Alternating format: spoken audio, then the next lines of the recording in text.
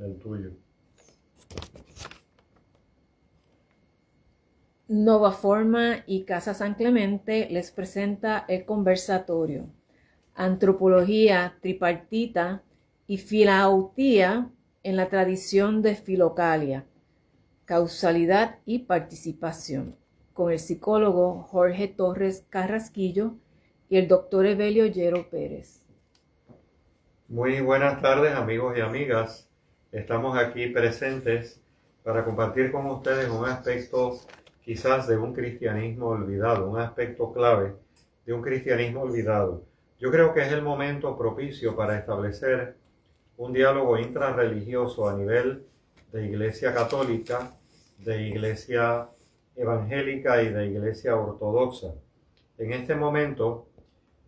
tomar esas tres tradiciones como un todo unificado es una clave muy significativa para entonces comprender el sentido transformador de nuestra fe cristiana. Vamos a hablar de una antropología cristiana, pero particularmente dentro del cristianismo, dentro de la tradición católica, dentro de la tradición evangélica. Vamos a tocar muy particularmente un tema que se llama, dentro de la antropología cristiana, la antropología tripartita. Y es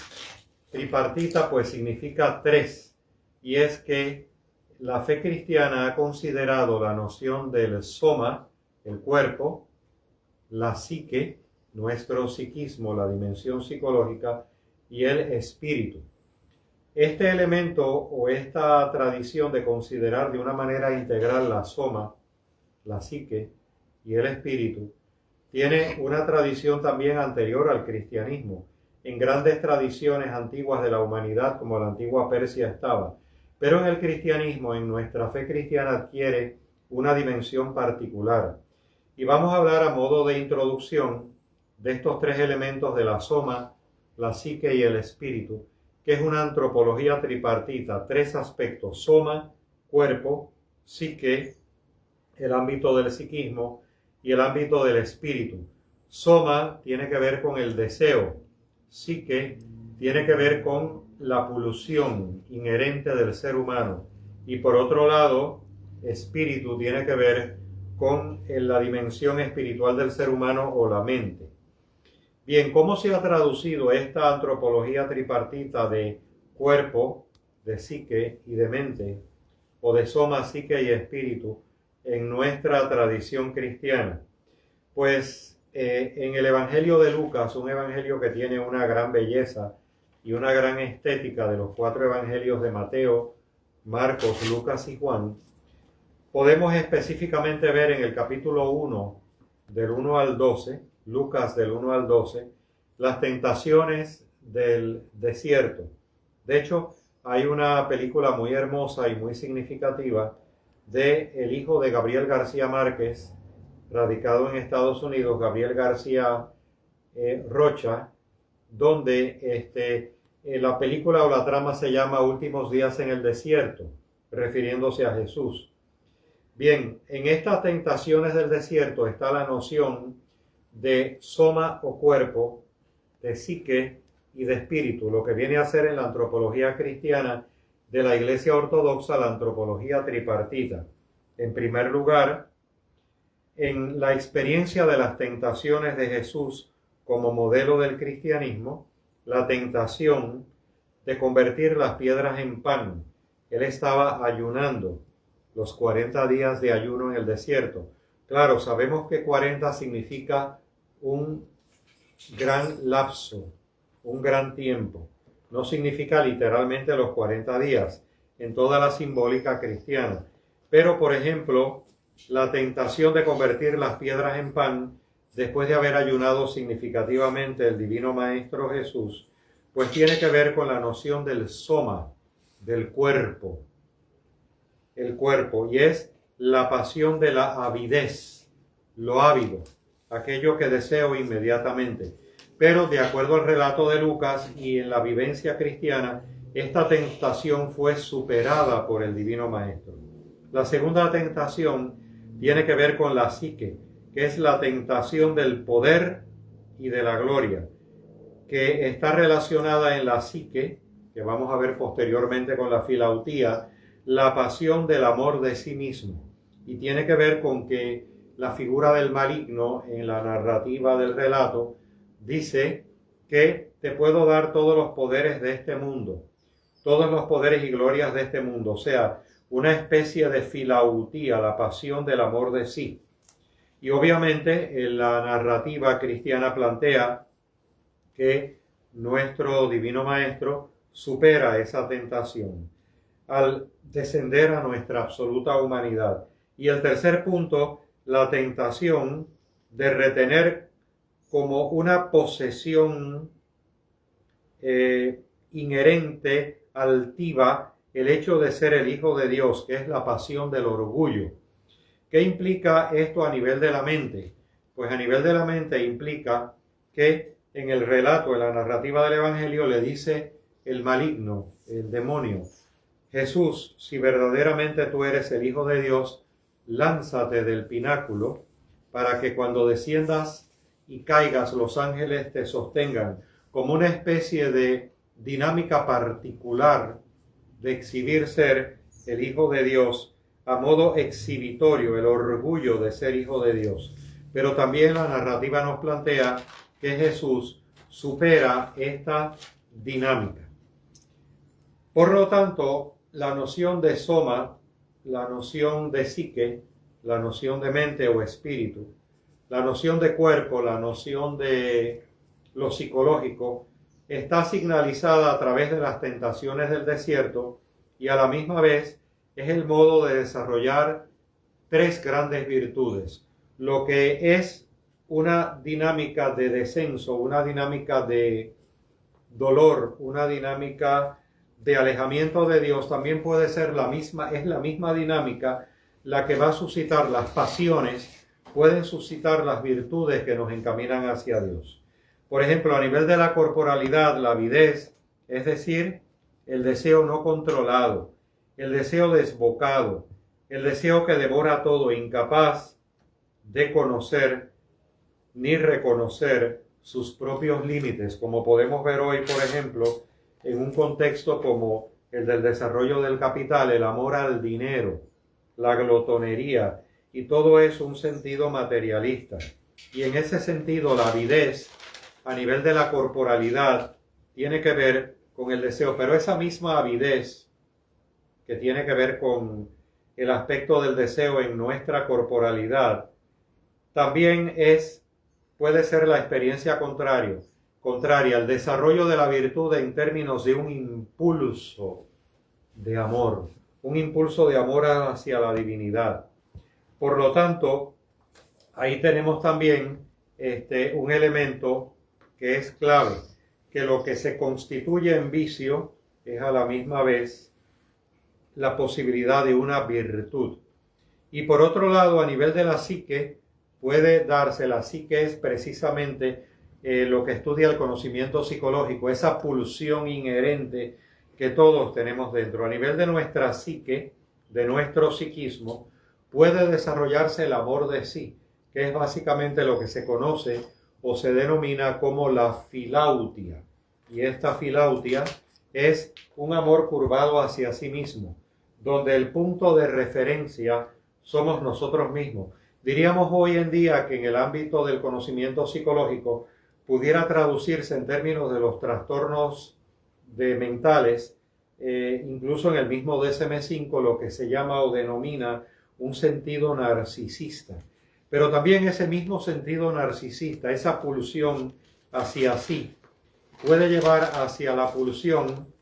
obviamente donde todo está curvado hacia mí. Te daré todos los reinos de este mundo, le dice el maligno a Jesús. Puede también transformarse en la virtud de una fuerza de amor hacia Dios, de ser un canal de amor hacia Dios, de ser un canal transformativo de amor hacia Dios. Y por último, y no menos importante,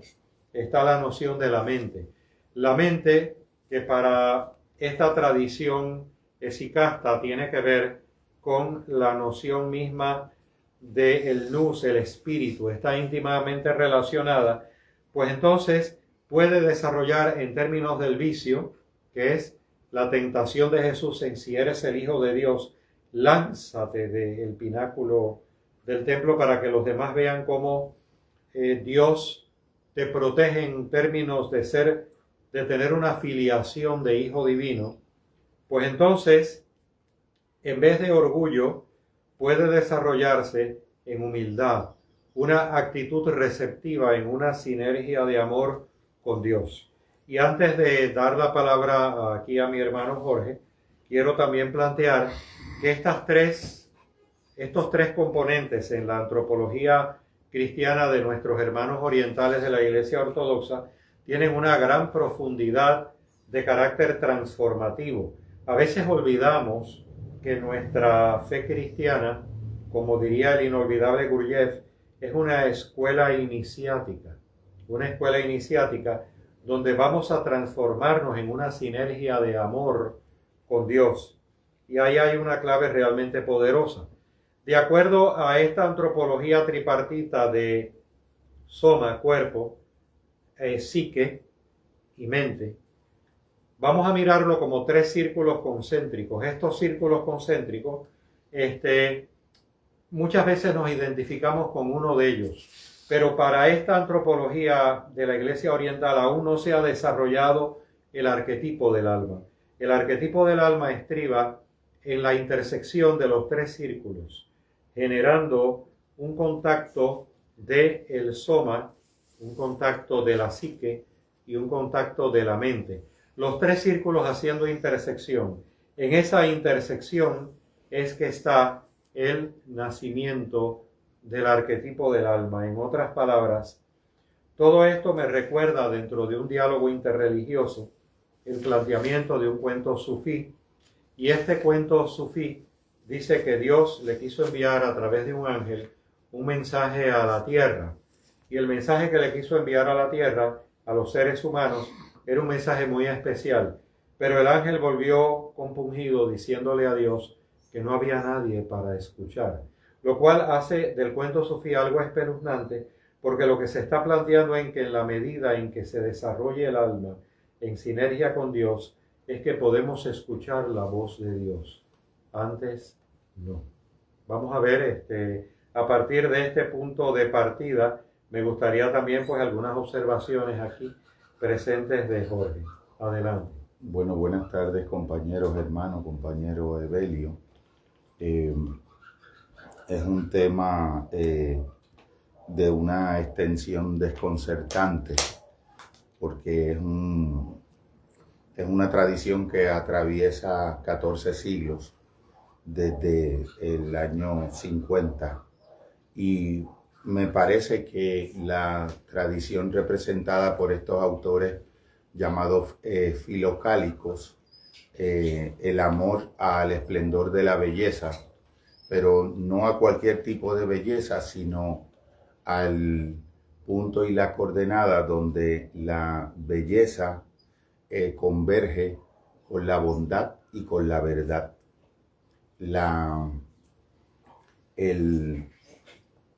Es un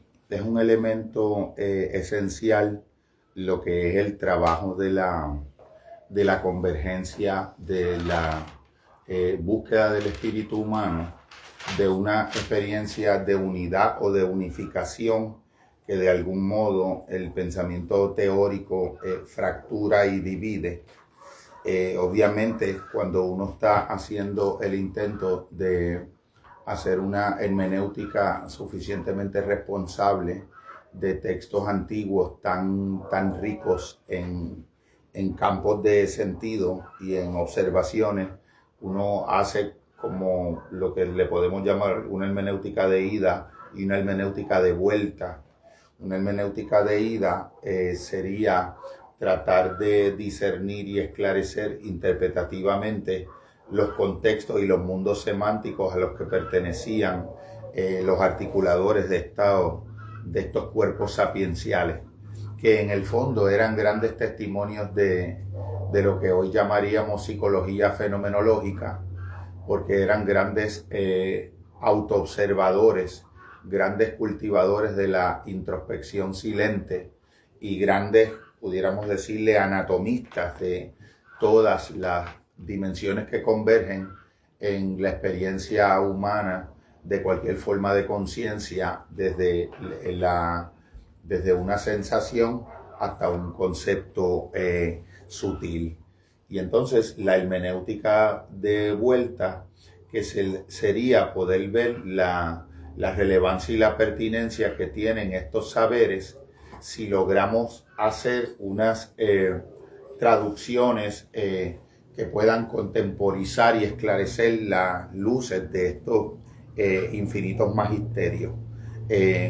Por dar un ejemplo, y era algo que también el gran maestro Antonio de Melo mencionaba, que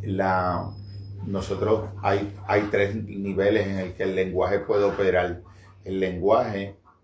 como un descriptor de las cosas, el lenguaje que describe el pensamiento que piensa esas cosas, y el lenguaje que describe el sujeto de ese pensamiento que piensa las cosas. Y el problema la dificultad que tenemos conceptual y filosófica, que es un reto a nuestra creatividad también poética, es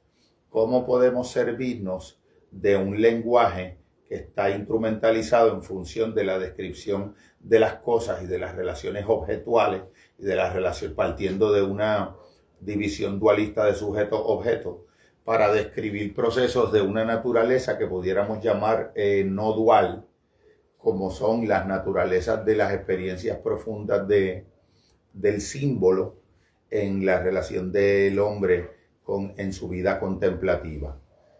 Por dar un ejemplo de una de las primeras alocuciones que me deslumbraron del autor Evagrio Póntico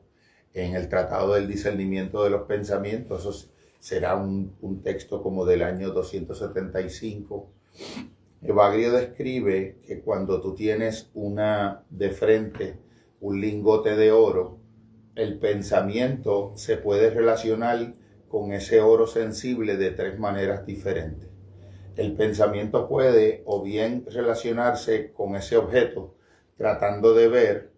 las razones significativas de ese objeto sensible, es decir, los mundos de significado y de valor, a los que Evagrio entendía que eran pensamientos procedentes de los mundos angélicos o dimensiones angélicas, la relación con las cosas en las que el sujeto busca desentrañar y escudriñar y esclarecer el significado profundo que tiene eso como parte de un contexto amplio y en una escala cósmica. La relación con el oro sensible, en donde el pensamiento abunda en ideas de entender de qué está hecho, qué es eso, cuánto pesa, qué cualidades son las que puede inteligir del objeto en sí, que sería el equivalente de lo que le llamaríamos la objetividad del conocimiento científico contemporáneo. Y uno de los más llamativos es cuando el pensamiento, cuando le es sugerido al pensamiento relacionarse con el oro sensible bajo la modalidad de una pulsión de posesión del oro sensible y de una acumulación progresiva en el tiempo de cada vez más posesiones de ese oro sensible, bajo la promesa futura de una reivindicación que esa acumulación suficiente te va a dar en algún futuro que siempre te promete y que nunca te cumple. Y planteaba Evagrio Póntico que esos pensamientos eran de procedencia demonológica. Es decir, el pensamiento se puede relacionar con la realidad de una manera que busca una relación participativa, significativa, axiológica, valorativa, las causas espirituales de las cosas, que sería la intelección de la relación profunda de cada cosa armoniosa en el conjunto del todo, incluido el sujeto que la está percibiendo. Ese es el pensamiento llamado angélico para él. La relación de la cosa en su mera y pura objetividad en tanto que cosa, que sería lo que hoy le llamaríamos el cientificismo contemporáneo, y la relación de insaciabilidad en la avaricia acumulativa, incesante e insaciable del deseo, que sería el espíritu del sujeto neoliberal contemporáneo.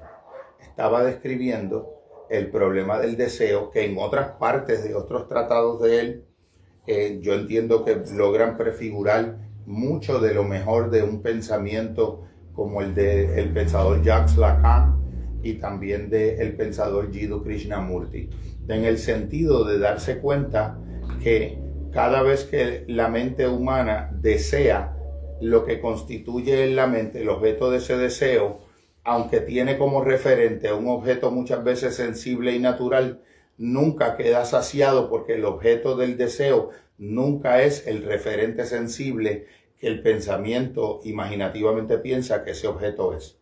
Y también que la relación del deseo, también Evagrio lo desentrañó, que el deseo que yo tengo sobre una cosa no es un efecto que la cosa causa sobre mí, como si fuera una fuente de la que emanara una capacidad gravitacional de seducirme mi atención y moverla hacia ella, sino que es una función derivada de una manera distorsionada de mi pensamiento relacionándose concupiscentemente con la cosa que observo. En otras palabras, que puede haber, como plantean en la tradición de la Iglesia Ortodoxa estos antiguos maestros, un elemento y que están todavía presentes mucho a través de la vida espiritual de la Iglesia Ortodoxa. Lo que se está planteando es básicamente que en la medida en que a nivel del cuerpo surge, en vez de un impulso de amor, una avidez, en vez de a nivel de el ardor de la propia psique o la pulsión de la psique,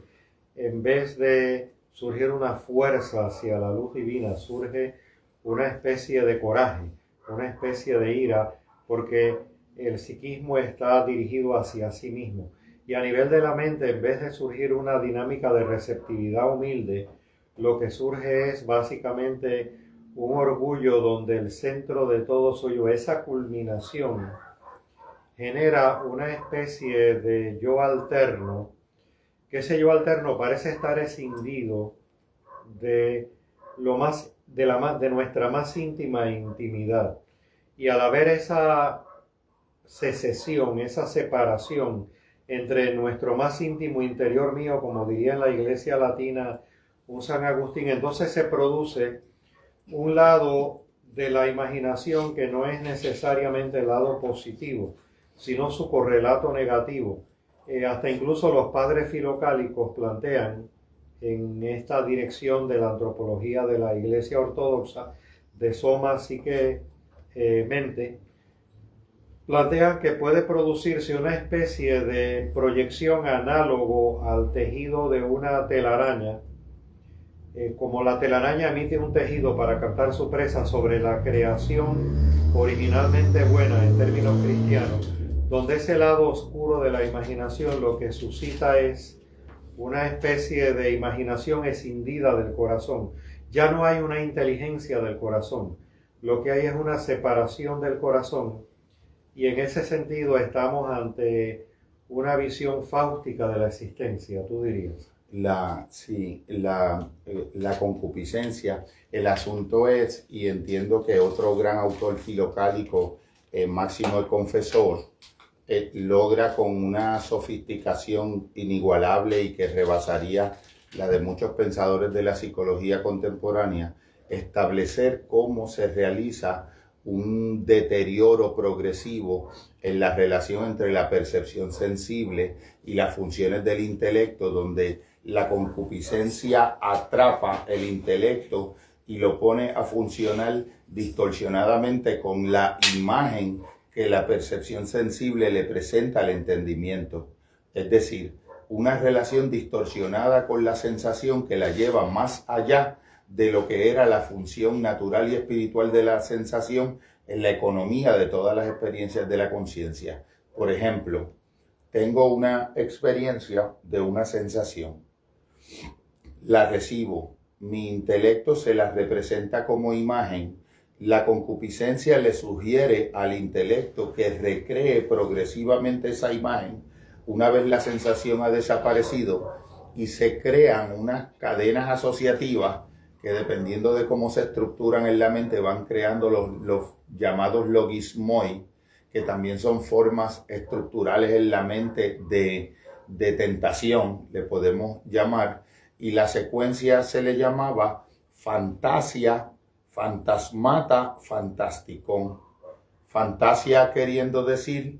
la imagen que el pensamiento retiene de la impregnación de la sensación que ha tenido. La sensación desaparece en su carácter efímero, se manifiesta, deja un registro, que ese registro es la imagen,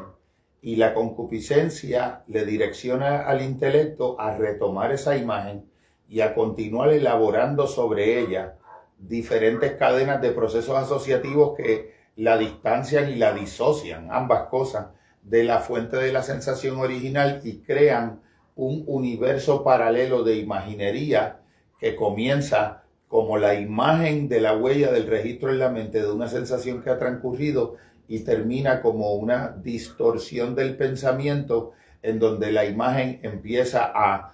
ser un sustituto de la realidad que le dio origen en lugar de un complemento en el enriquecimiento de la vida. En otras palabras, que sería muy sugerente plantear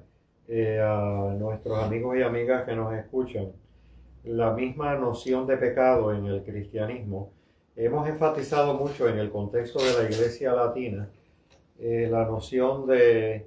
una especie de pecado original dado a un elemento inherente a la desobediencia. De la misma manera se ha acentuado este aspecto dentro de la reforma evangélica iniciada por Martín Lutero. Pero lo que están planteando en la Iglesia Ortodoxa es básicamente otra noción de pecado, no ya como desobediencia, sino en la noción griega de amartía. Amartía tiene la connotación griega para los ortodoxos del cristianismo de una especie de errar en el blanco. O sea, cuando el disparador del arco y la flecha dispara, erra en el blanco. Un errar en el blanco es precisamente algo que es inherente al proceso humano porque no está formado el arquetipo del alma. El arquetipo del alma está formado en la medida en que haya una interacción sinérgica entre lo divino y lo humano.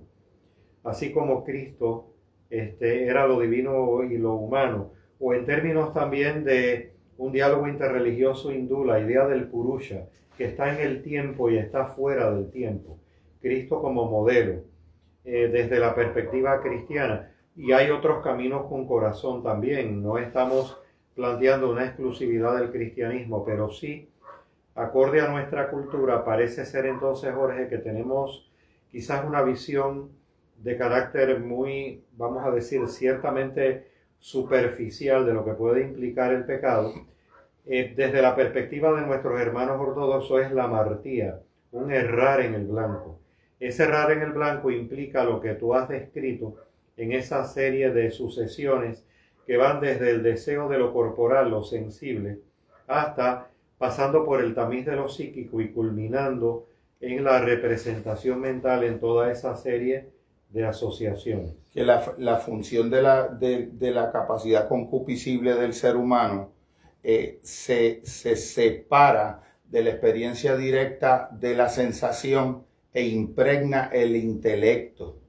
y distorsiona la función intelectual como una especie de recreación hacia abajo, una función contra natura del intelecto. En lugar del intelecto generar un conocimiento a partir de la sensación para poder enriquecer la relación con la realidad, termina generando una función sustitutoria de lo real original por la imagen. Por dar un ejemplo, quería leer un pequeño párrafo que me recuerda un poco las distorsiones contemporáneas a las que nos conducen la saturación de la imaginería que producen y las experiencias de estimulaciones sensoriales agradables de modo artificial audiovisual de las redes, que en el fondo pues he tenido en algunos momentos conversaciones con amigos donde cuando yo les planteo que la imaginación humana, que es uno de los dones espirituales esenciales de lo humano, está viviendo su peor momento de deterioro y la persona me decía, pero es que yo pienso que es lo contrario, es una exacerbación de las funciones imaginativas. Entonces yo lo que le decía es que la imaginación contemporánea es una imaginación que es un producto, que es una mercancía, que es una experiencia digital que le es artificialmente producida desde fuera a la mente y presentada a la mente en sustitución y en una eventual atrofia de las funciones naturales de la imaginación, que en esencia son generadoras de conocimiento, generadoras de las experiencias de la dimensión simbólica en su relación con la realidad, no rompiendo la relación con la realidad, y también como una función receptora en el nous de la impregnación de elementos espirituales. O sea que la imaginación de alguna manera termina siendo secuestrada, por dar un ejemplo análogo, cuando una persona introduce en su cuerpo algunos suplementos o algunas formas de hormonas. Si el cuerpo tenía la capacidad de producirlas, el cuerpo pierde, se le deteriora su función natural de ser el autogenerador de sus propias hormonas cuando las recibe desde fuera, eso a un nivel médico y biológico. Pues lo mismo en las funciones espirituales de la imaginación como una experiencia purificada y generadora de conocimiento. El ser humano recibe desde fuera del centro de su alma las imágenes que le seducen y le sugieren la realidad, pero de alguna manera destruyen la capacidad natural de la mente de lo que es la verdadera imaginación en su sentido espiritual auténtico, de ser ella la generadora de las estructuras con las que puede relacionarse con la realidad sensible y crear mundos de significado y mundos de trascendencia. En otras palabras, que estamos hablando aquí, a partir de escucharte, el elemento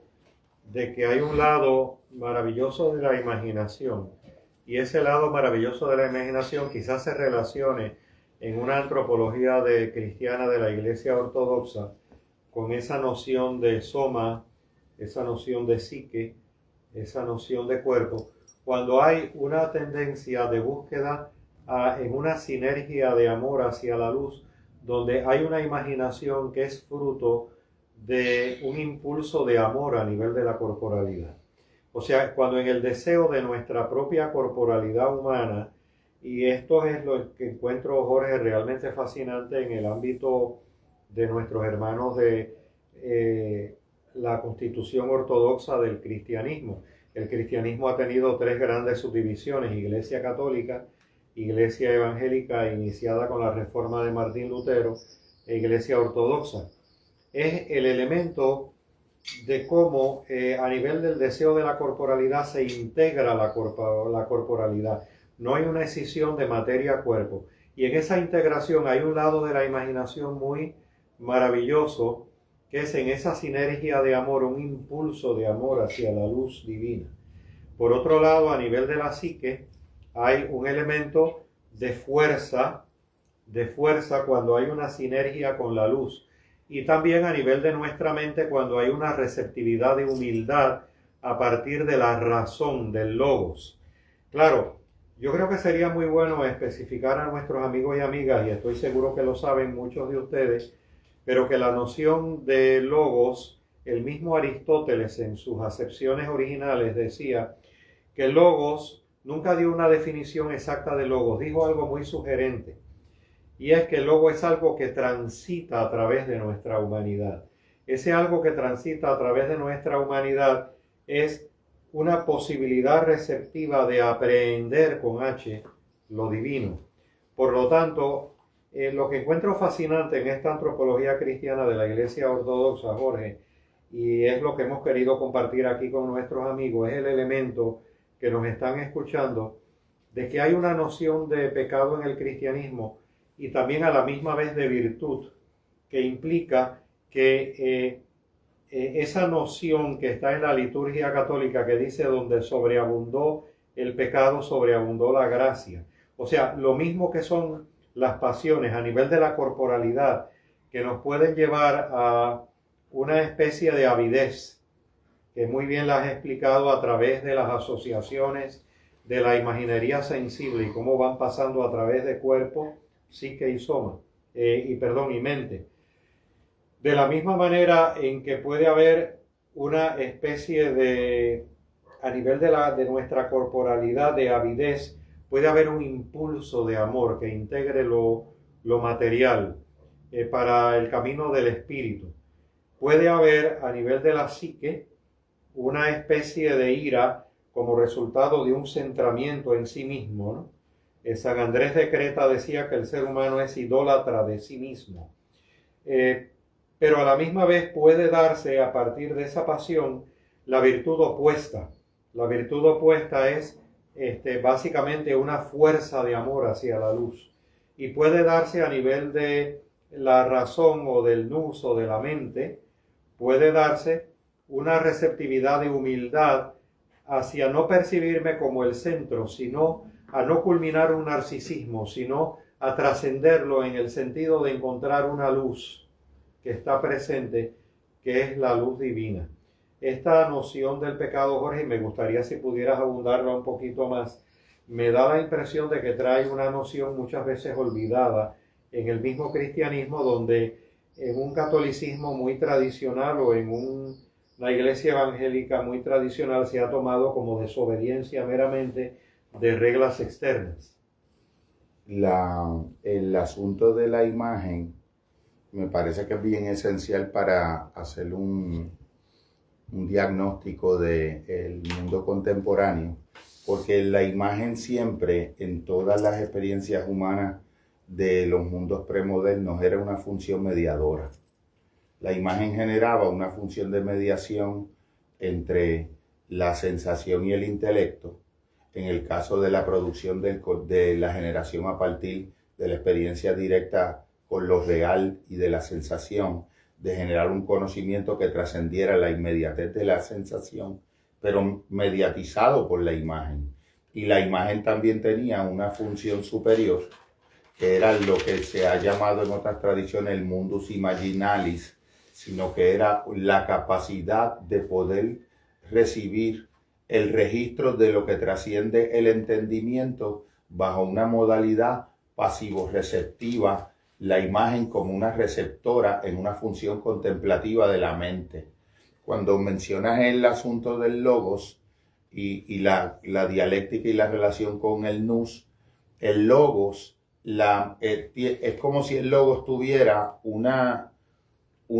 dos movimientos dialécticos y complementarios, de los cuales uno de ellos nosotros nos hemos disociado. El logos tiene una función de ser generadora de pensamiento, que puede generar un conocimiento sobre lo real o un conocimiento también sobre lo abstracto, pero el logos también tiene una función pasivo-receptiva contemplativa, que sería el logos funcionando como nous cuando el pensamiento se detiene. Ese asunto de vivir de algún modo desconectados con lo que el logos permite en las experiencias interiores del ser humano, cuando esa función se vuelve como una especie de recipiente contenedor que recibe, no que él genera. Esa función se pierde en el mundo contemporáneo, porque esa función se da bajo experiencias profundas de silencio en el pensamiento, bajo experiencias profundas de observancia vigilante, que es la esiquia y la nepsis, que sería como unas nociones de algún modo analogables y equivalentes a las tradiciones budistas, el shamatha y el vipassana, que sería poder alcanzar ser un estudioso y un cultivador activo de estados interiores de tranquilidad progresiva en la mente, desde los cuales, cuando esa tranquilidad, mucho más que un mero estado de ánimo, se vuelve una estructura observadora de las realidades de esa tranquilidad, logra penetrar la realidad de una manera que la realidad misma le revela, vamos a usar esa palabra, porque la dirección del conocimiento me es dado a través de una mirada que mira en estado contemplativo de la cosa hacia mí y no de mi pensamiento teorizador hacia la cosa. Es como, uno puede ver esto en otras tradiciones también, como por ejemplo cuando los indios mapuches mencionaban que el problema de aprender demasiado español era que ya los niños indios no iban a poder hablar con los árboles. Y es como decir, si yo por ejemplo fuera un doctor en ciencias de botánica y un especialista en árboles, hiciera un doctorado en arborología y de momento yo miro un árbol, hasta qué punto yo, en lugar de estar viendo el árbol, lo que estoy viendo es mi doctorado en el árbol, mis estudios especializados botánicos científicos en el árbol, versus una mirada que puede sustraerse de todo ese aparataje teórico y mirar desde un estado contemplativo la experiencia de las cosas, que entonces ellas impregnarían al intelecto, que sería como un espejo que recibe la imagen prístina y el interior de las cosas, que es el análogo de lo que en el mundo griego, que estaba muy presente en el entendimiento de estos practicantes contemplativos, era poder, a través de tener la experiencia de la imagen de la cosa, o sea, el aspecto visible de las cosas sensibles que el ojo veía, también el aspecto invisible de esas cosas sensibles. Es decir, que la mente tenía una función mucho más profunda que podía ver siempre a través de estar viendo en el ojo la imagen del aspecto visible de la cosa sensible, la idea del entendimiento profundo que al interior de esa imagen invisiblemente existía y es la cosa, y el entendimiento lo recibía, que era como si desde el fondo del entendimiento el alma también tiene ojos, igual que el cuerpo tiene ojos para ver las imágenes visibles de las cosas, el alma tiene ojos para ver la idea que en lo profundo es la razón espiritual de las cosas, su sentido conjunto dentro de la experiencia de la relación del sujeto con la realidad y con la creación. En otras palabras, que pudiéramos decir que en la medida en que en esta antropología cristiana de los hermanos ortodoxos de cuerpo, psique y mente, podemos encontrar una especie de dos dimensiones. La dimensión que tiende hacia sí en la filautía, que es el amor de sí mismo, lo que le llamaba San Andrés de Creta, el ser humano es idólatra de sí mismo. Y en este sentido entonces hay toda una dinámica, vamos a decir, del lado limitante, negativo de la imaginación. Pero está la otra imaginación, que es la que es fruto precisamente de cuando hay una apertura a nivel de la corporalidad, a nivel de la psique y a nivel de la mente hacia lo divino. Cuando la mente entonces, en vez de tener un orgullo, tiene una humildad. Ahí hay una imaginación muy diferente a la imaginación centrada en el orgullo. Porque el alma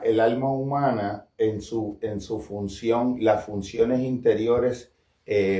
cognoscibles, irascibles, concupiscibles, las potencias esenciales del alma, la imaginación no solo es una función mediadora, sino que la imaginación nunca es una función que sustituye lo que está imaginando. Nosotros somos generadores de tecnologías y de experiencias humanas donde el ser humano se disocia de lo real y crea el universo de imágenes que sustituyen lo real. Es como la experiencia de alguien que, teniendo la oportunidad de caminar 5 pasos y mirar desde una ventana un eclipse lunar, preferiría verlo en la pantalla de su computadora teniendo la ventana al frente. O como sí, cuando los turistas, por ejemplo, el fenómeno que se llama el fenómeno del turista japonés, cuando los japoneses van a diferentes países de Europa o a París, toman 5.000 y 6.000 fotos, y los japoneses van a París para acordarse de que fueron a París cuando llegan a Japón a ver las imágenes de los lugares por los que estuvieron en París que nunca vieron porque las estaban retratando. Entonces, eso yo creo que es sintomático de lo que es la experiencia de cómo nuestra mente, las funciones intelectuales de la mente quedaron de algún modo en una función contra natura, una función caída que fue un estado de servidumbre en relación a las sensaciones, en lugar de una visión que toma la sensación, la genera en conocimiento y mantiene un estado de participación entre los niveles inteligibles de la mente y los niveles sensibles del cuerpo. En ese sentido, entonces, pudiéramos decir, por ejemplo, hay un texto que es de Jacobo Bronowski, Los orígenes de la imaginación y el conocimiento,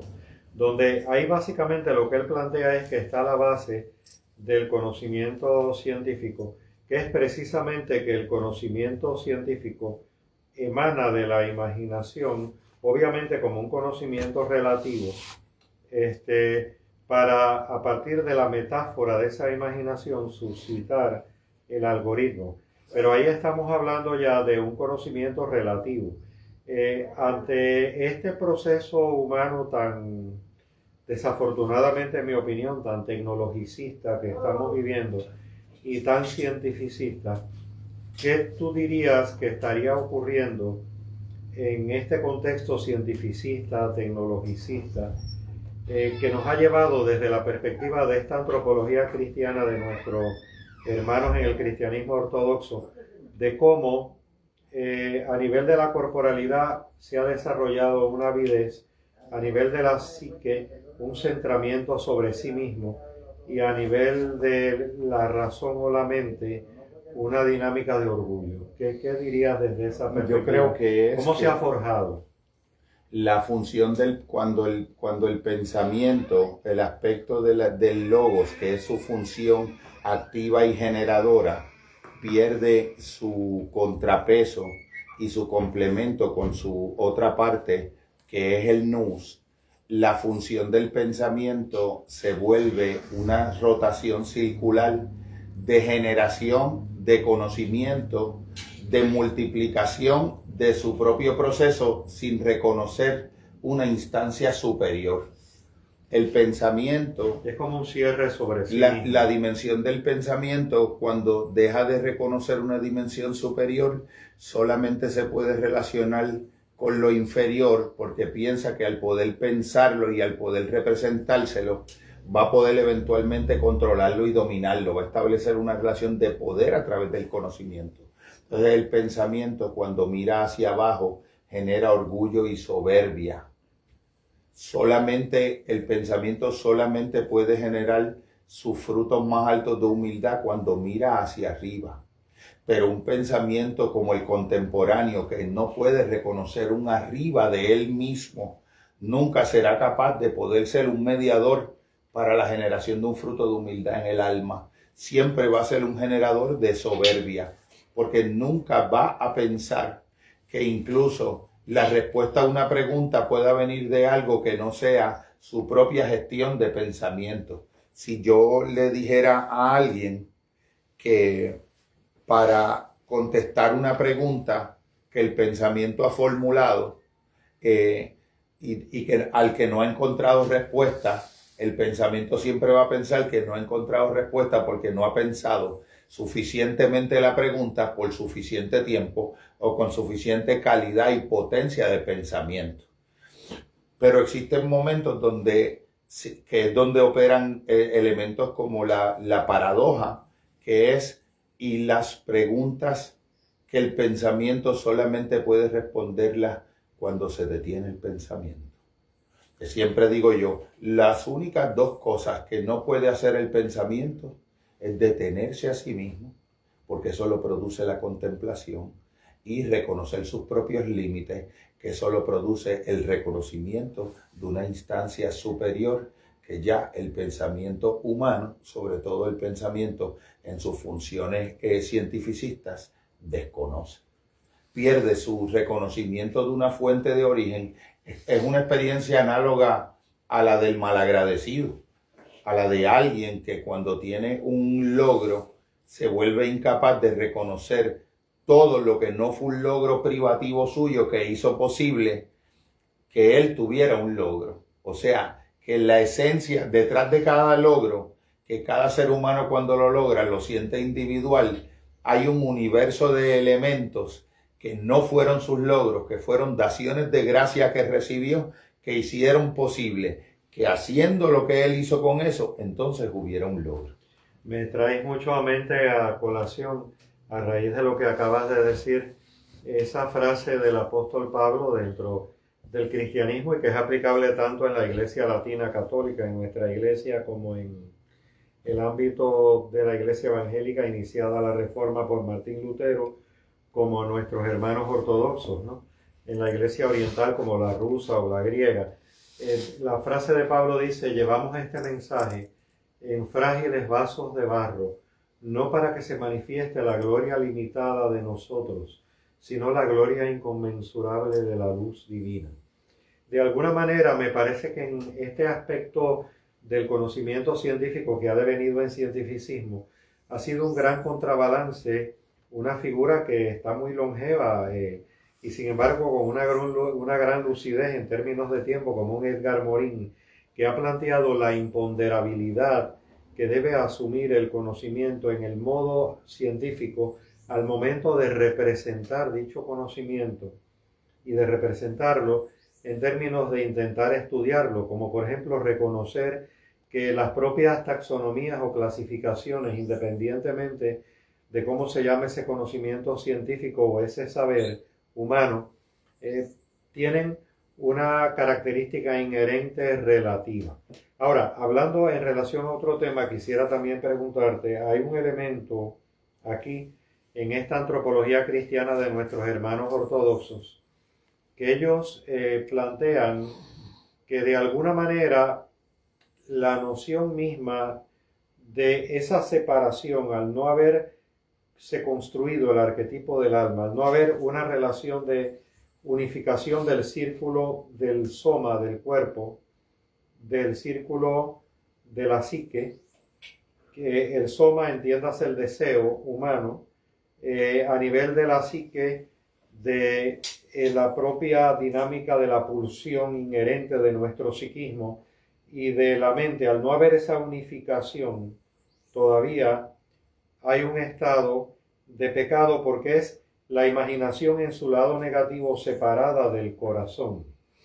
Por lo tanto, los ortodoxos plantean que es inherente a la existencia, que solamente nos podemos dar cuenta de que es inherente a la existencia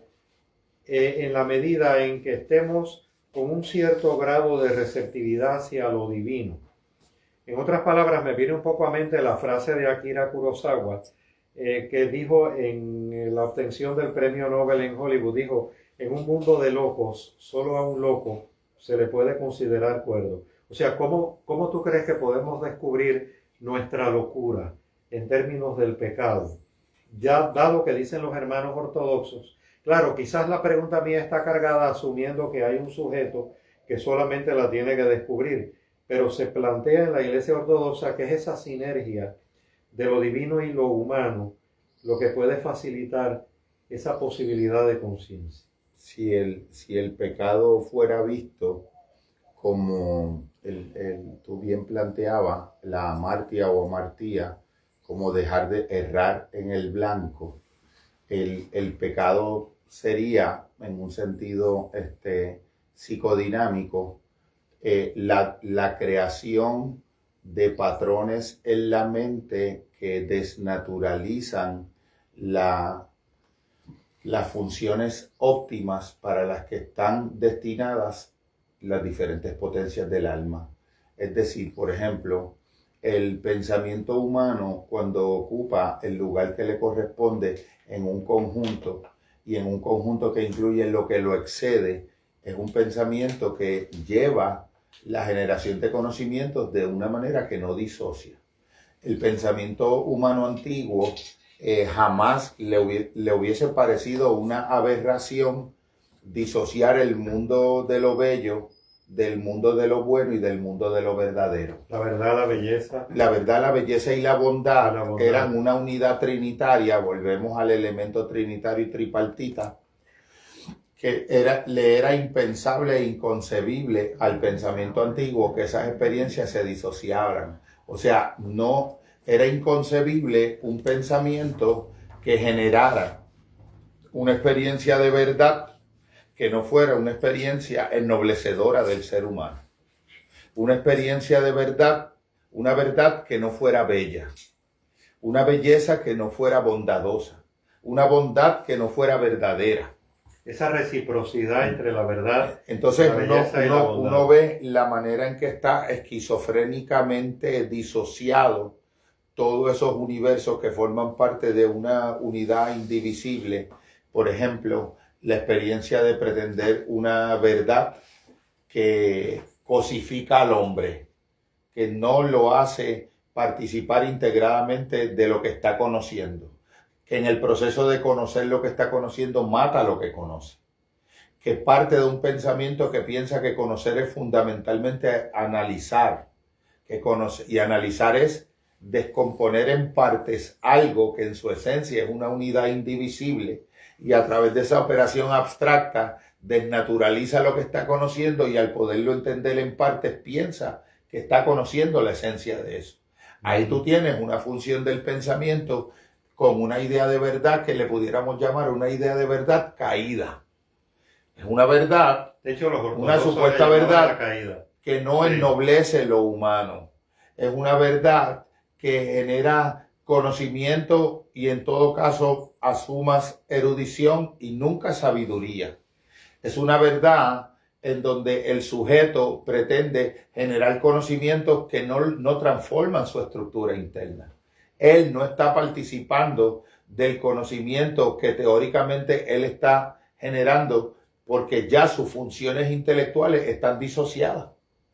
Está disociada la experiencia de los afectos de la experiencia del conocimiento, que es una división artificial que no existe en la unidad fundamental. Y ya eso la neurociencia empieza como que de alguna manera a corregirlo. Y la experiencia sobre todo también de la dimensión de lo simbólico. Una imaginación caída, una imaginación deteriorada, una imaginación que a lo sumo es una imaginación de Netflix, de ChatGPT o de Instagram o TikTok, ya es una imaginación que ha dejado de cumplir su función más transformadora y más ennoblecedora dentro del conjunto de la economía interna de las potencias del alma humana. Muy sugerente este planteamiento. De alguna manera hemos podido observar este elemento que le llamaría San Andrés de Creta, la filautía, el estar centrado sobre nosotros mismos, el ser humano como idólatra de sí mismo, decía San Andrés de Creta. Y podemos ver aquí como hay una profunda sabiduría sapiencial en este aspecto de sapis. La palabra sapiencial viene del latín sapis, que significa poseer el sabor de la existencia. Fíjate que en esta antropología tripartita los mismos vicios van a ser las posibles virtudes, y las posibles virtudes también pueden ser posibles vicios, dependiendo de la elección que haga el ser humano. Y precisamente hablando de elecciones, hay un momento dado en que Tomás de Aquino, en el contexto de la Iglesia Latina, trae, a través de su Suma Teológica, establece una relación metafísica y de dependencia causal de Dios. Hay una figura que es en el contexto de la Iglesia Latina, un Cornelio Fabro, que hace una reinterpretación del tomismo. Un Cornelio Fabro trajo la noción o la idea de que el tomismo había tenido una lectura escolástica inadecuada. Él trae en su texto participación y causalidad, el ser como acto. En otras palabras, esa famosa noción que perdió la escolástica de nuestra Iglesia Latina de ver solamente a Dios como un ser entitativo, sino esa noción trae Cornelio Fabro de que ser y hacer, el ser y el acto, y la acción del ser son una misma cosa, en reminiscencia de un Meister Eckhart. Cornelio Fabro subraya la primacía, el acto de ser, sobre esa esencia metafísica de un Tomás de Aquino, pero no tanto de un Tomás de Aquino, sino esas lecturas que se han hecho de Tomás de Aquino, participación y causalidad. La participación, dice el texto, no es solo una estructura lógica, sino una relación causal, real y ontológica, en la que la criatura depende totalmente de Dios para su existencia y actividad. Fabro conecta hasta incluso la metafísica con la existencia, que para él, por ejemplo, uno de los autores que tú has leído grandemente y me gustaría que comentaras en esta dirección, Fabro comenta que la conexión metafísica de un Santo Tomás de Aquino en el medievo guarda estrecha relación con la preocupación por la existencia de filósofos como Kierkegaard en la modernidad. Por lo tanto, aunque estamos hablando ya un poco más acá hacia occidente de la Iglesia Latina, pero en búsqueda de ese cristianismo integral, ¿qué tú nos dirías con respecto a esa participación y esa causalidad de Cornelio Fabro, sobre todo buscando pautas que conectan con un autor tan significativo como Kierkegaard en la modernidad? Voy primero antes de ir a reaccionar a esa pregunta, voy a mencionar brevemente en términos de la filautía, incluso el error implícito que cuando lo piensas a fondo estaría en traducir la filautía como amor desmesurado de sí mismo. Incluso habría que cuestionarse o entrecomillar o eliminar la palabra amor, porque en el fondo el egoísmo es un odio a sí mismo, no es un amor a sí mismo. Y dado que siempre hemos sostenido a lo largo de los años y muchas de las iniciativas que hemos tenido desde los tiempos del primer seminario de amor, que fuimos haciendo cada año hasta una versión cuarta, el amor es la crisis fundamental del ser humano contemporáneo. La filautía, pudiéramos llamarla, cuando hablábamos del asunto del amor desmedido de ti mismo, te desconecta tanto de una participación en el mundo de los demás que te convierte en cosa y convierte a los demás en cosa, que convierte a todo lo que no eres tú en un medio para un fin tuyo, y en ese proceso tú devienes un medio de todo lo demás menos de ti mismo, y dejas de ser reconocido por igual como un fin en ti mismo por el otro. Que para mí el egoísmo es la puerta de entrada de la desacralización de lo esencial de lo humano. Lo esencial de lo humano queda comprometido, destruido, caído, imposibilitado, porque de alguna manera el egoísmo rompe con la posibilidad de mirar al otro de una manera que le reconozco su dimensión sagrada, que si la fuéramos a llamar de una manera, el existente, como decía Kierkegaard, la singularidad infinita, irreductible del otro. El otro como lo único, como algo que no se repite, que es integrado, que es sagrado y que es una singularidad que nunca soy capaz de conocerla mediante un acto cognitivo y solamente mediante un acto de amor. El amor, que es la imposibilidad del egoísta, el egoísta cree que se está amando a sí mismo y que se ama más al volcar ese amor hacia sí mismo, pero en el fondo lo está volcando contra sí mismo, porque el amor es una fuente de conexión de lo uno con lo otro. Sí, de ahí entonces, reiterando a San Andrés de Creta, él no habla de amor a sí mismo en la filautia, sino de el ser humano como idólatra de sí mismo a nivel de su psiquismo. Porque uno de los puntos a los que conduce el egoísmo es a ir creando condiciones en la mente que te predisponen a sentir que tú eres tu propia fuente de tus propias potencias de ti mismo, que tú eres el artífice autocreador de sí mismo en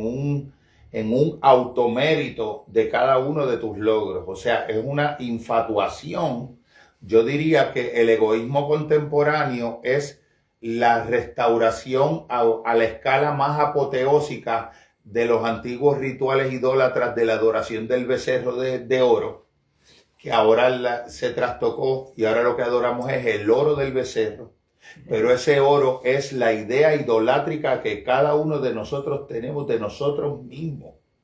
El egoísmo en su versión contemporánea ha permitido, y con todos los dispositivos tecnológicos que recrean la imaginería, que refuerza esa ilusión, que cada uno de nosotros podamos ser nuestro propio ídolo de nosotros mismos. Y que todo lo convirtamos en un espejo en donde nosotros vamos a ver el reflejo de nuestra propia imagen de nosotros mismos. Y entonces todo se vuelve una insaciabilidad, porque el propio egoísmo lleva de fondo la herida de una insatisfacción insaciable que solo la colma, paradójicamente, la trascendencia de ese egoísmo en un acto de amor que te conecta con el otro y con lo otro, lo cual está, por definición, imposibilitado en la estructura misma de la filautia. El amor desmesurado a sí mismo está motivado por una distorsión que pudiera tener dimensiones transpersonales también y que excediera los contornos del sujeto, una distorsión de la idea del amor a un punto que se vuelve su contrario. Un odio a sí mismo porque destruye todas las formas vinculantes con todo lo demás que son lo que hacen el seno de lo que tú eres. O sea, te rompen. El amor desmedido rompe la posibilidad de una sensación, de una experiencia de participación en el mundo de los otros. Te deja en la línea de la causalidad, de lo que diría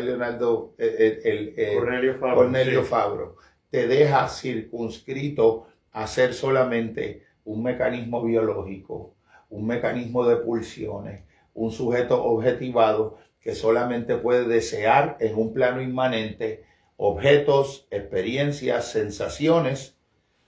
si puede garantizarse el presupuesto para poder adquirir cada una de ellas, y entonces ahí tú ves cómo todo entronca en la insaciabilidad del sujeto de las sociedades modernas y de mercado. Porque todo eso tiene un desarrollo, todo eso tiene unas intencionalidades, todo eso es construido por una sociedad que deliberadamente e intencionalmente necesita generar sujetos llenos de esa filautia, ensoberbecidos de sí mismos, infatuados en el ibris, en la sobresaturación de sí mismo. Y algo que yo siempre suelo recalcar es que el egoísmo contemporáneo es la esquizofrenia de nuestros tiempos. Y es impensable cómo los manuales de diagnóstico y tratamiento clasificadores de las supuestas psicopatologías tienen la esquizofrenia, pero no tienen el egoísmo, la filautia, como la distorsión más esquizofrénica de todas, porque es la que preserva la ilusión de separación de todo lo demás menos de ti mismo, y no lo conciben ni lo conceptualizan como una patología de lo humano, como un verdadero estado caído y también pecaminoso, porque de alguna manera rompe con todo lo que garantiza la preservación de lo mejor de lo humano en ti, que es que tu capacidad de amar, pero tu capacidad de amar mucho más allá que un mero sentimiento, tu capacidad de amar entendiendo el amor como una manera de conocer por la vía de participación lo otro, lo que nunca va a poder ser conocido por mí más que cuando lo amo y no cuando me lo represento cognitivamente. Nunca mi pensamiento del otro va a agotar el reconocimiento del valor sagrado e infinito del otro, pero mi amor sí me puede conectar con eso y me restaura esa participación que la pierdo precisamente en ese estado caído de filautía. Por eso es la insaciabilidad. Aquello que decía yo al principio de Evagrio Póntico, de cuando al pensamiento le es sugerida en la contemplación de ese oro sensible la pulsión de poseer y de acumular progresivamente en el tiempo más y más oro sensible bajo la promesa de un futuro donde una acumulación suficiente te va a dar un sentido, una reivindicación y una trascendencia que siempre te promete pero nunca te cumple, porque es un falso simulacro de felicidad y es inmanente, lineal y horizontal, y es estrictamente causal. Es una causalidad sin un eje de participación, es un desplazamiento horizontal de la visión de lo humano, empobrecida, disasociada de un eje vertical que le permita valoraciones, principios de sobrevalor, formas de conectar con significados y formas de tener experiencias de sentir y de participar de la realidad, que le pudiéramos llamar místicas, en el sentido de que no están mediadas por un conocimiento teórico ni por una experiencia sensorial, sino por un afecto que te irrumpe como una sensación expansiva de unidad con todo, que hasta el propio Baruch Spinoza lo tenía en su Tratado de la Reforma del Entendimiento Humano como una de las, como el bien más alto al que pueda aspirar cualquier ser humano, es a lograr a construir dentro de sí, como resultado de una reforma radical del entendimiento dentro de su ser, un alma que pueda sentir en lo profundo, al grado más alto de los límites del entendimiento, su relación de identidad con todas las cosas. En este sentido, entonces, pudiéramos decir que sería muy buena una incorporación, una reflexión profunda, que es a la que exhortamos aquí a nuestros amigos, y probablemente ya algunos la han tenido, en relación a lo que implica esa noción de pecado desde la perspectiva de una antropología cristiana tripartita que considera el soma, el cuerpo, la psique y la mente. De hecho, hasta incluso en una descripción taxonómica de los trastornos mentales como el DSM-5, de trastornos somatomorfes, está el elemento de una especie de relación imbricante entre lo psicológico y lo físico. Pero ese modelo presupone la ausencia del espíritu. Esa taxonomía presupone de alguna manera, ni siquiera de manera implícita, que hay una relación de que somos una unidad, como se dice muchas veces en el conocimiento psicológico, psicosomática. Pero la antropología tripartita hace el planteamiento de que somos una unidad somática, somos una unidad psicológica y somos una unidad espiritual. Claro, dentro del propio conocimiento psicológico, figuras como Ira Progoff, el propio Carl Gustav Jung, figuras como un Roberto Asayoli, trajeron esa dimensión transpersonal del espíritu a la psicología. Sin embargo, ese inmanentismo, esa línea horizontal que tú destacas, me parece que está cuando ponderamos solamente la realidad desde una perspectiva autoenclaustrada de lo somático y lo psicológico. Pero cuando lo somático y lo psicológico puede incorporar, estar receptivo a lo espiritual, a la mente, en su lado de receptividad humilde a lo divino, a lo trascendente, que a la misma vez, para que sea trascendente, es inmanente, entonces estamos hablando de otras coordenadas. De hecho, me da la impresión que en el contexto de la Iglesia Latina, en una especie de visión escolástica, se omitió esa lectura original que afortunadamente trajo Cornelio Fabro en nuestra Iglesia Latina, y es que Tomás de Aquino, Santo Tomás de Aquino, había incorporado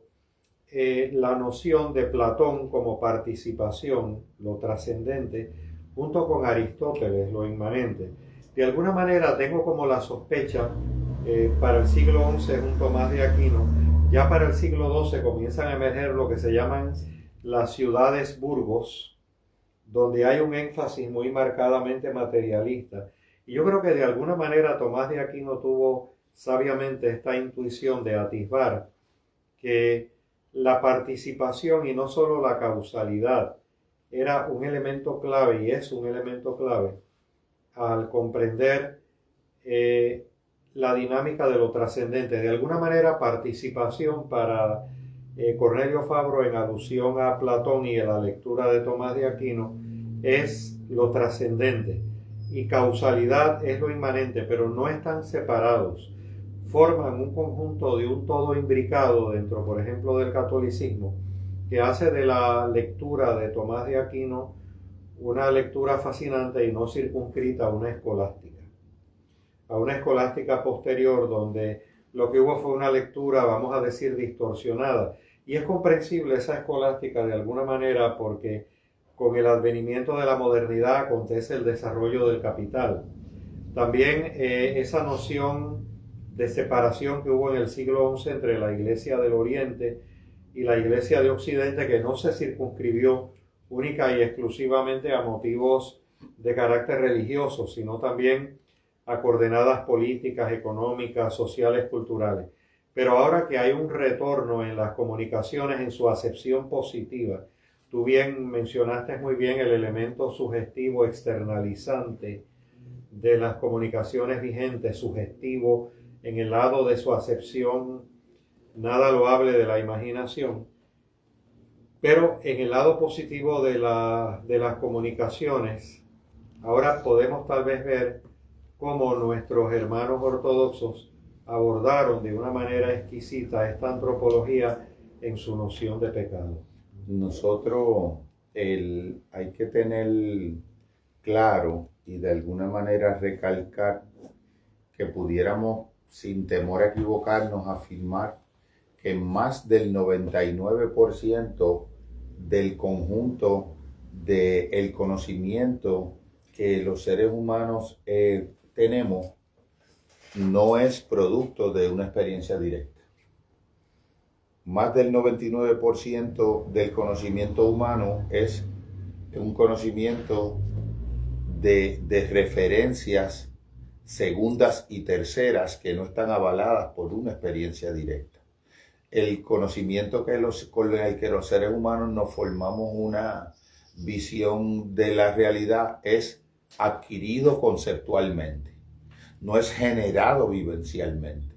No hay una relación de raíz existencial, de praxis, de compromiso con el acto de conocer, de compromiso con el amor a lo conocido, de compromiso con la función más enaltecedora de lo más bello, luminoso, unificador de lo humano en el ejercicio de ese conocer. Es como si nosotros estuviéramos dentro de las funciones ejecutivas, operando dentro de este marco de la neocorteza, y estuviéramos completamente olvidados del resto de la sabiduría que acompaña nuestro cuerpo, nuestra mente inconsciente profunda, el acervo de las experiencias arquetipales en la mente y las posibilidades de poder relacionarnos con la sabiduría que llevamos en el cuerpo, la sabiduría que hace que nuestro cuerpo cicatrice cuando nos da una herida, la sabiduría que está inherente en nosotros poder vencer una infección en el cuerpo, que cuando el cuerpo está funcionando en sanidad puede dar una respuesta inmunológica saludable. Pues lo mismo en la espiritualidad, cuando el alma está, cuando la dimensión interna del ser humano está en balance y en armonía, puede dar una respuesta inmunológica contra esa amartía, contra esa distorsión o contra esa visión también que de alguna manera el pecado sería como una especie de infección viral que ataca las funciones mitocondriales de la vida emocional. Por dar un ejemplo de una distorsión cognitiva, una de las más elementales que también se estudia en los modelos cognitivos conductuales de segunda generación y de la terapia racional emotiva, en el mundo del estoicismo, que era un mundo también en su origen muy convergente con el mundo de los padres filocálicos. Eran casi como hermanos gemelos en el conocimiento, pero hermanos gemelos en el conocimiento por la raíz profunda de un conocimiento procurado de primera mano. En el caso de los contemplativos, en la experiencia de la autoobservación de su interioridad, de un modo riguroso solamente comparable al budismo originario theravadino, al Abhidhamma, al Canon Pali. A ese nivel de escala de deslumbrancia son esta compilación de 1400 años de pensamiento que está en la tradición filocálica. Todo ese elemento de ese conocimiento que cuando parte de primera mano, ahí el intelecto se subordina en función de la experiencia directa, de la experiencia contemplativa, de la experiencia visionaria, y entonces el intelecto es una función subsidiaria, es una función complementaria, y ahí entonces es sabiduría. De hecho, en su sentido original, la palabra intelecto viene del latín intellectus y etimológicamente significa la capacidad para percibir lo trascendente. Para percibir lo trascendente, ese sentido de intellectus, de trascendencia, y en el contexto de una lectura de un cristianismo olvidado, la gnosis cristiana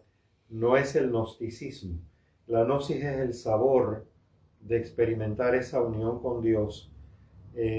con esa realidad que en nuestro limitado pero hermoso lenguaje le llamamos Dios. Y en ese sentido entonces, Cristo, el Cristo universal, Cristo, el Cristo resucitado, viene a representar el intelecto trascendente. Sería como el ser humano realizar la tarea que le corresponde al interior de su inmanencia psicológica en el uso responsable y en el compromiso responsable con potenciar el intelecto y al uso de la parábola de los talentos, lo que me fue dado y reconozco en gratitud como dado, me compromete a dar una respuesta de hacer eso con lo que me fue dado. Lo llevo a la culminación en el esplendor de mis esfuerzos del uso de mis potencias intelectuales y después doy un salto y lo trasciendo y lo ilumino entregándolo como un acto de amor, como una respuesta de ofrenda a los demás y al reconocimiento de nuestra fuente creadora. La gratitud que nos hace sentir que todo de lo que hemos sido posible en este mundo con nuestros esfuerzos, lo ha hecho posible algo mucho más grande todavía que todos nuestros esfuerzos sumados, que es lo que hemos recibido gratuitamente por dación inmerecida, a partir de lo cual hemos podido hacer lo que hacemos. Por lo tanto, es esa trascendencia de lo fáustico, de la filautia, del centramiento sobre uno mismo, o en términos de lenguaje moderno y psicológico, el narcisismo. El egoísmo siempre va a tener una clara tendencia a generar un conocimiento que redunde en poder, en dominio, en predicción, en control, en matematización de la realidad, en una abstracción cuantificadora de lo real que de algún modo destruye los verdaderos elementos indestructibles, pero destruidos en la disociación humana de lo cualitativo de lo humano. De alguna manera, la tesis un fantasma, crea un mundo paralelo al mundo, en sustitución al mundo, que le llama mundo y se va a vivir a ese mundo, que de algún modo le devuelve el reflejo de su propia mentira egoica. De alguna manera, la estudiosa de ética en las organizaciones y ética humana vigente, catedrática en la Universidad de Valencia, Adela Cortina, en el texto que tú me obsequiaste, ética o ideología de la inteligencia artificial, precisamente la inteligencia artificial tiene un contenido en el algoritmo, una sucesión de pasos de una lógica instrumental reduccionista que llega a buscar la solución de un problema. Pero por otro lado, nos están diciendo en la Filocalia que la vida no es un problema a resolver, sino un misterio a ser vivido. Definitivo. También me hace pensar esto, el giro existencial que a la psicología en su variante más luminosamente humanística y a la misma vez de dimensión espiritual representó Viktor Frankl, cuando plantea que la realidad, mi relación como sujeto existencial con la realidad, no es una relación donde yo siento que yo le realizo una pregunta a la realidad, a la que la realidad está obligada a responderme, sino que yo me posiciono como algo que es de alguna manera preguntado por lo real y que yo estoy llamado a existencialmente posicionarme en mi mejor intento de mi mejor respuesta posible a esa pregunta que la realidad me interpela y me realiza, y no que yo le realizo a la realidad. Yo a veces soy, si lo puedo ver existencialmente, yo soy la respuesta de la pregunta cuya respuesta yo estoy buscando que la realidad me la dé a mí. Entonces, y no yo dársela a ella. A la realidad. Es sí. como una función, porque también eso es algo que la autorreferencialidad autoenclaustrada luciferina también del egoísmo desmedido contemporáneo es tal que de alguna manera hace imposible que tú puedas ver estos elementos. Sí, de hecho ahí está muy bien planteado en el ámbito de la antropología de la Iglesia Ortodoxa, de nuestros hermanos de la Iglesia Ortodoxa, y el tema que hemos estado discutiendo, esa antropología cristiana, que es bien difícil a menos que no esté presente un cierto grado de permisividad en la libertad humana, que puede experimentarse tal vez a través de hoy en día el sufrimiento, porque estamos en la sociedad que busca todo que sea una maravilla, que no haya sufrimiento, que todo sea lo más agradable posible. Pues entonces ahí el mismo sufrimiento existencial puede llevar a la posibilidad de una receptividad de lo divino, porque estando anclado solamente a nivel del cuerpo o solamente anclado a nivel de la psique, si considerar en la antropología tripartita el ámbito de la razón, el ámbito del nous, el ámbito de la mente, el ámbito de lo espiritual, pues entonces hay una especie, como tú bien dices, de autoenclaustramiento. O sea, lo horizontal en la antropología tripartita sería una dinámica de reducir la realidad a cuerpo y a psique. El egoísmo humano es un hoyo negro en el centro de uno mismo. Es un campo antigravitacional que lo coloca todo en función de mí. Todo lo distorsiona y lo trae hacia el horizonte de sucesos y hacia el hoyo negro. Todo se lo traga. Y esa filautia, esa configuración egoica y autorreferencial es el caldo de cultivo idóneo para las lógicas del capitalismo, para las lógicas de los mercados, para el cinismo contemporáneo, para la pérdida de todo sentido de valor que no pueda ser reducido a salario, que no pueda ser reducido a un logro de canon externo, la abolición de todo el conocimiento artesanal, la abolición de la sabiduría de los hermanos amerindios, de las cosmologías aborígenes, de las sabidurías concentradas en el conocimiento del corazón. Me recuerdo, por ejemplo, como Antonio de Melo mencionaba, porque a veces también la lógica de la filautía va generando una racionalización de sí misma que se piensa universal. O sea, cuando un ser humano puede razonar el egoísmo de un modo racionalizado, de alguna manera casi lo que falta es que lo establece como una virtud. La virtud de siempre ganar, la virtud de siempre competir y contender, y la virtud de que mi única realización posible es prevalecer sobre el otro.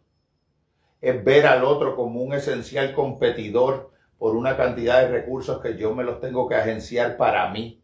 Y Antonio de Melo, por ejemplo, mencionaba un caso de un norteamericano que va a México, a ese lugar maravilloso donde ustedes estuvieron recientemente y tantas anécdotas hermosas me han ido contando y nos han compartido. Y él va y ve a un artesano que está haciendo una silla que a él le encanta, y él le pregunta, ¿y esa silla cuánto cuesta? Y él le dice, $40. Y le dice, ¿y si yo te mandara a hacer 20 sillas de esas, cuánto me saldría cada silla? Y diría, $80 cada una. 40 si es una, y si me mandas a hacer 20, $80. Y él se queda como desconcertado. Pero para que veas cuán etnocéntrico puede llegar a ser un pensamiento filáutico, cuán etnocéntrico puede llevarnos a ser el egoísmo que el americano no podía entender, porque cuando le preguntan, mira, pero es que se supone, es una ley universal, es universal de tu cultura y de tu construcción de subjetividad. Exacto, sí. Se supone que si una silla me cuesta $40 y yo mando a hacer 20 por la ley de la oferta y la demanda y la ley de volumen y relación inversa de precio y volumen, se supone, porque me va a salir el doble la silla si mando a hacer 20 sillas. Y él le dice, lo que pasa es que yo soy un artista. Y esta silla que yo hago no se parece a ninguna otra silla que yo haga así. Y usted me está pidiendo que yo haga 20 sillas que sean iguales a esa. Idénticas, el trabajo que yo tengo que hacer y torcerme, el artista que yo soy, que no puedo hacer 2 sillas iguales, porque cada silla es única en ella misma, es tan fuerte que lo menos que yo puedo hacer es cobrarle $80 por 20 sillas iguales. Y entonces, en detalles como eso, en muchos que se pasan por alto, tú puedes llegar a ver cuán profundamente etnocéntrico es la estructuración egolátrica, egomaníaca de la filautia, del amor desmedido de sí mismo, y esa desmesura hunde sus raíces en un hambre metafísica infinita, de una saciación, porque cuando tú has perdido el sentido, lo único que te queda, y nos lo enseñó Frankel, el único sucedáneo es el intento del placer o del poder. El hombre busca insaciablemente el placer e insaciablemente el poder cuando ha colapsado en su aventura de poder estar resonando en una experiencia de sentido. Cuando no tengo sentido, busco placer incesante, y cuando no tengo placer incesante, busco poder incesante. Y cuando ese poder no se sacia, busco destructividad incesante. Es nuestro momento contemporáneo. Nuestro momento contemporáneo. En ese sentido, pues amigos y amigas, hemos tenido un intercambio de ideas, una intersección de ideas en relación a una antropología cristiana de nuestros hermanos ortodoxos que contiene una profunda sabiduría. Y esa profunda sabiduría está destinada precisamente a propiciar la armonía con la realidad en términos filosóficos, en términos de una devoción cristiana, la unión con Dios, con esa realidad que llamamos Dios, que es el fin último de una mística cristiana, lejos de cristiandades, de institucionalidades, muchas veces exacerbadas por la propia filautía, y también por idolatrizaciones, como señaló San Andrés de Creta. La clave precisamente del camino con corazón llamado cristianismo es el retorno a nosotros mismos y hacia la fuente de nosotros mismos, y la unión, ese íntimo interior mío del cual hablaba un San Agustín de Hipona, que es más íntimo que mi propia interioridad, porque a la vez que es verdaderamente inmanente, es verdaderamente trascendente. Pues para ir culminando, algunas ideas o algo que quisiera cerrar con ellas. Quería hacer unos pequeños comentarios de síntesis. El primero es que cuando el ser humano se abre desde la humildad que solo le hace posible intentar trascender sus tendencias al egoísmo, ese ser humano se abre a una participación de fuerzas que lo exceden y lo trascienden, y que entran a participar junto a él en la construcción de su mejor humanidad posible. Y de algún modo, en ese encuentro de lo divino y lo humano, el hombre deviene divinizado por esa experiencia que lo trasciende, cuando él desde la humildad la reconoce participante en el misterio de su corazón. Teosis se le llamaba. Es una experiencia de teosis. Y entiendo yo, como estudiante siempre comenzando, siempre párvulo en esta infinitud, cuando uno se permite ir a mirar el conocimiento generado en la profundidad del silencio, en la profundidad de la soledad, en la profundidad del abismo, de la humildad, de seres que de alguna manera lograron pensar lo angélico, lo profundo, lo sofisticado, precisamente porque primero conocieron recibiendo el conocimiento como un regalo en el centro de su humildad y en el centro de su actitud contemplativa, y después hicieron la la metamorfosis y la hermenéutica de poder traducir a concepto, a palabra, a imagen, Y a derivado metáfora, a partir analogía. de una sabiduría inherente de sapis. Sapis es tener el sabor de la existencia. Como tú estabas se mencionando. reconocían haber recibido algo que los impelía a querer encontrar la manera de traducirlo. Eran verdaderos héroes en el sentido Joseph Campbell. Eran personas tatagata, personas que fueron a donde los otros de su grupo, de su tribu, de su aldea, de su mundo cosmovisional no había ido y trajeron de vuelta el legado, traduciéndolo de vuelta a sus comunidades de origen. Muy sugerente desde sus propias coordenadas de espacio. Eran héroes del silencio, héroes de la soledad, héroes del pensamiento, héroes de la contemplación y los más sofisticados conocedores de los cuales yo tengo registro y conocimiento del alma humana y de los procesos psicodinámicos a niveles de profundidad que rebasan las nociones estructurales también tripartitas de Freud y algunas de las cosas también del propio Jung. Pues amigos y amigas, por favor no dejen de dejarnos comentarios que nos serían enriquecedores en relación a este intercambio y a este compartir de ideas, buscando anclarlas en la realidad ante un mundo que cada vez está más enfocado hacia una filautia.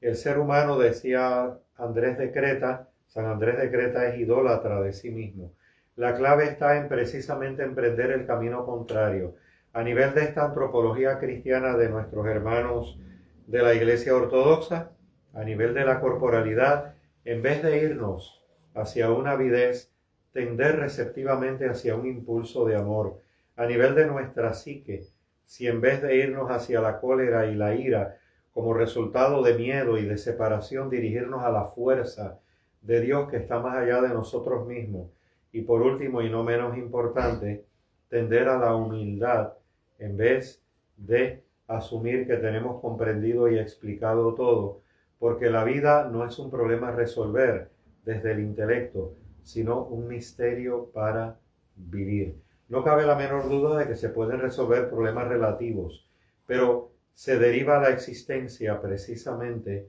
de vivirla y de vivirla a plenitud. Así que muchas gracias por habernos escuchado. Yo quería terminar haciéndole un honor a Soren Kierkegaard, uno de los grandes referentes del cristianismo contemporáneo y del pensamiento filosófico desde la existencia, un autor y un alma que me enseñó que un ser humano es capaz de sus mayores trascendencias cuando se hace capaz a sí mismo de querer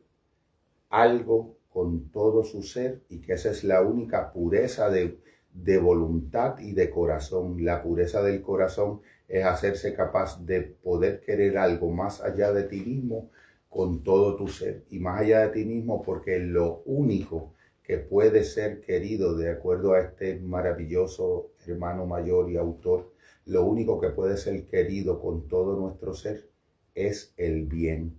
Y él comentaba esa función que para mí sería cuando el ser humano, dentro de los límites de sus potencias psicológicas, se hace capaz de un referente más allá de sí mismo, de servir a una causa, a un sentimiento y a un encuentro que le permite dar una respuesta comprometida con su existencia y de amor hacia el otro. El ser humano y lo psicológico deviene en psicoespiritual y deviene en un punto de intersección con la trascendencia.